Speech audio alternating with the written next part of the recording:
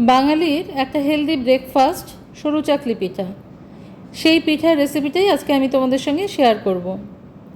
Welcome to my channel Shatabdi's kitchen. Shatabdi's কিচেনে তোমাদের সবাইকে স্বাগত। নমস্কার বন্ধুরা, আমি শতাব্দী। তোমরা সবাই কেমন আছো? আশা করি সবাই ভালো আছো, সবাই সুস্থ আছো। আমার নতুন বন্ধু, আমার পুরনো বন্ধু, সবাইকে অনেক অনেক ধন্যবাদ পাশে থেকে এইভাবে আমাকে সাপোর্ট করার জন্য। আজকে আমি তোমাদের সঙ্গে শেয়ার করব সরু চাকলি পিঠা। চাল আর ডালের সঠিক পরিমাপ নিলে কী করে খুব সহজেই তোমরা ঘরে তৈরি করে নিতে পারবে। যারা কখনো তৈরি করোনি সরু চাকলি পিঠা, তারাও কিন্তু খুব সহজে এটা তৈরি করে নিতে পারবে। আর যারা তৈরি করেছো তারা তো জানো এটা কতটা খেতে ভালো হয়। তো আমি এখানে আতপ চাল নিয়ে নিয়েছি, গোবিন্দভোগ চাল। তোমরা যে কোনো চাল নিতে পারো, যে কোনো ধরনের আতপ চাল নিয়ে 6-7 ঘন্টা কিন্তু আমি এটাকে ভিজিয়ে রেখেছি জলে। সেরকম আমি এখানে বিউলির ডাল বা যেটাকে মাসকলাইয়ের ডাল বলা হয় সেটা নিয়েছি পরিমাণ মতন। সেটাকেও 6-7 ঘন্টা আমি জলে ভিজিয়ে রেখেছি। এবার আমি ভালো করে ধুয়ে নিয়ে দুটোকে আলাদা আলাদা করে পেস্ট করে নেব। অবশ্যই দুটো জিনিসকে আলাদা করে পেস্ট করবে, নাহলে কিন্তু চালের দানা থেকে যাবে। চাল যত মিহি বাটা হবে পিঠাটা ততই ভালো হবে। তো চালের সঙ্গে আমি ডালটাকে এবার মিশিয়ে দেবো। কতটা স্মুথ ব্যাটার তৈরি হয়েছে, ক্রিমি টেক্সচার হয়েছে, এটা দেখলেই তোমরা বুঝতে পারবে। চাল ডালের রেশিওটা আমি তোমাদের বলে দেবো। প্রথমে বলে নিই কীভাবে আমি এটা তৈরি করছি।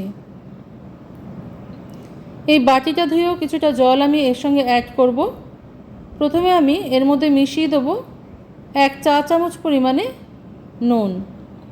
চাল ডালের পরিমাণ অনুযায়ী নুনটা নিতে হবে, নাহলে কিন্তু নুন পোড়া হয়ে যেতে পারে। তো ভালো করে মিশিয়ে নেব আমি এটাকে।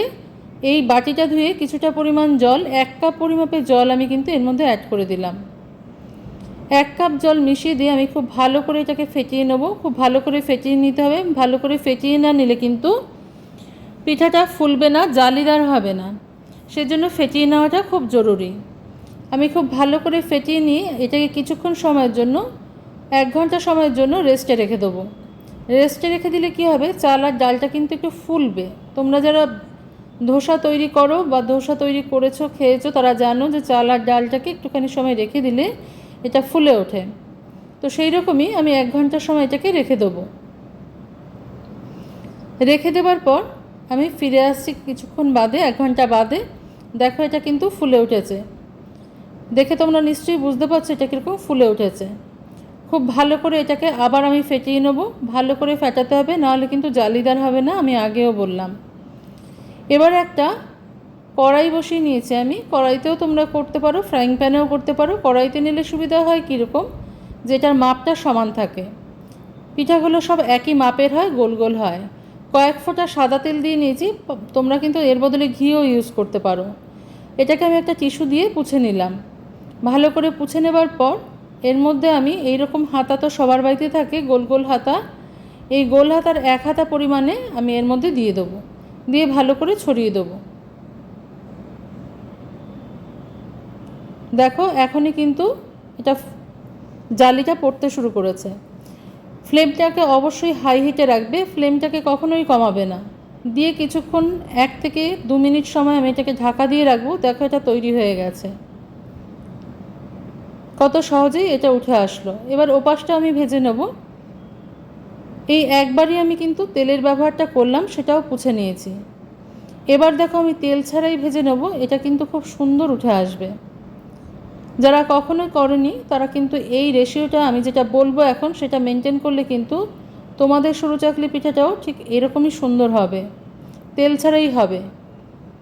তো এটাকেও আমি 1-2 মিনিটের জন্য ঢাকা দিয়ে রাখবো। এটাও দেখো হয়ে গেছে, খুব তাড়াতাড়ি হয়ে যায়, কোনো ঝামেলা নেই।